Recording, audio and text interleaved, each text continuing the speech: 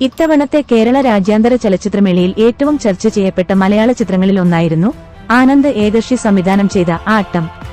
IFFKയിൽ എത്തുന്നതിന് മുൻപ് IFFIയിൽ ഇന്ത്യൻ പനോരമയുടെ ഉദ്ഘാടന ചിത്രമായതുവഴിയും ചിത്രം വാർത്തകളിൽ നിറഞ്ഞിരുന്നു. ജിയോ മാമി ചലച്ചിത്രോത്സവത്തിലേക്കും ചിത്രം തെരഞ്ഞെടുക്കപ്പെട്ടിരുന്നു. പങ്കെടുത്ത ചലച്ചിത്രമേളകളിലെല്ലാം വലിയ പ്രേക്ഷകപ്രീതി നേടിയ ചിത്രം IFFKയിൽ മികച്ച മലയാള ചിത്രത്തിനുള്ള നെറ്റ്പാക്ക് പുരസ്കാരവും നേടിയിരുന്നു. ഫെസ്റ്റിവൽ സർക്യൂട്ടുകളിലെല്ലാം മികച്ച പ്രതികരണം നേടിയ ചിത്രം ജനുവരി 5-ാം തീയതി തിയേറ്ററുകളിൽ എത്തിയിരിക്കുകയാണ്. എന്നാൽ ഫെസ്റ്റിവൽ സർക്യൂട്ട് ചിത്രങ്ങൾക്ക് തിയേറ്റർ റിലീസിൽ പലപ്പോഴും ലഭിക്കുന്നതുപോലെയുള്ള പ്രതികരണമല്ല ആട്ടത്തിന് ലഭിക്കുന്നത് എന്നതാണ് അതിനെ വ്യത്യസ്തമാക്കുന്നത്. മികച്ച തിരക്കഥയും ഗംഭീര പ്രകടനങ്ങളുമാണ് ചിത്രത്തിന്റേതെന്ന് പൊതു അഭിപ്രായം. ഒരു നാടക സംഘത്തിന്റെ പശ്ചാത്തലത്തിൽ കഥ പറയുന്ന ചിത്രത്തിൽ വിനയ് ഫോർട്ട്, കലാഭവൻ ഷാജോൺ, സരിൻ ഷിഹാബ് എന്നിവർക്കൊപ്പം ചിത്രത്തിൽ അഭിനയിച്ചിരിക്കുന്ന നാടകത്തിൽ നിന്നുള്ള അഭിനേതാക്കൾക്കും കയ്യടി ലഭിക്കുന്നുണ്ട്.